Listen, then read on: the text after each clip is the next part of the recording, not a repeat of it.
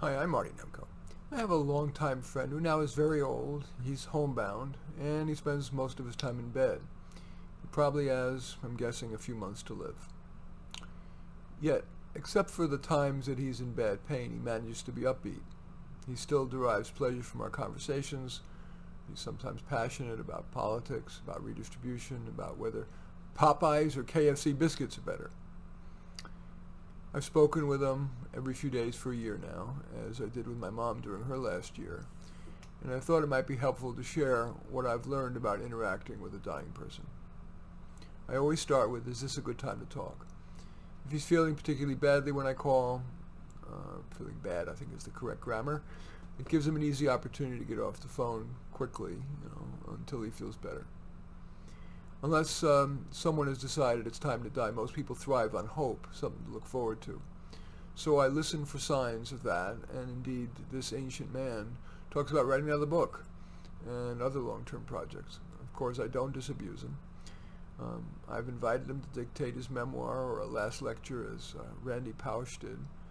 In case you're interested, it's pretty famous. If you haven't, it's Pausch. You can just Google Randy Pausch last lecture.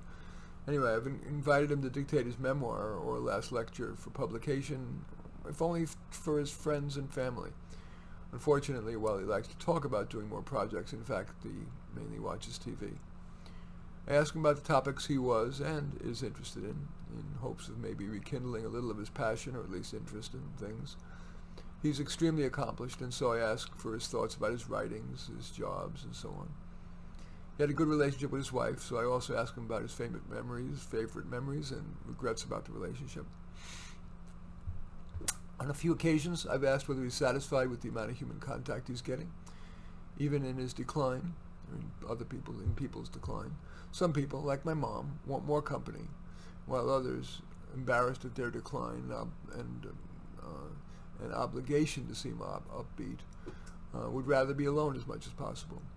I also occasionally ask him whether he's getting as much help as he needs, more nursing care, changes in pain medication, sleeping medication, so on. Not surprisingly, his thinking skills aren't as solid as they used to be. He still enjoys intellectual discussion, but while I try to be rigorous enough to keep the discussion interesting, I now look for opportunities to let him win. Because of his cognitive decline, I notice that he prefers I do most of the talking. So while with most people I aim to talk roughly half the time, with him I talk maybe 3/4 of the time, including his favorite, which is when I read drafts of my next Psychology Today articles, which are what I present to you here on YouTube. He really loves to provide feedback, and I err on the side of telling him I agree with his suggestions, but I believe he feels more respected if I occasionally express my disagreement. He's brought up assisted dying or even shooting himself in detail. From where I sit, I would think that in his condition he'd be pretty close to wanting to end his life, but I stay neutral, sensing he doesn't want me to push him in either direction. Maybe one or more of these ideas, especially how much to be confrontive or not, how much to take your cues from the other person or not, how honest and not quite honest to be or not, will help you make these difficult conversations a little bit more enjoyable and maybe even beneficial to you and to the person. In any event, I do thank you for watching. I'm Marty Nemko. I welcome your thumbs up and accept your thumbs down.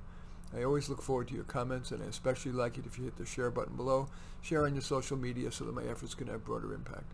And I am flattered if you choose to subscribe to my channel. In any event, I do thank you for watching. I am Marty Nemko.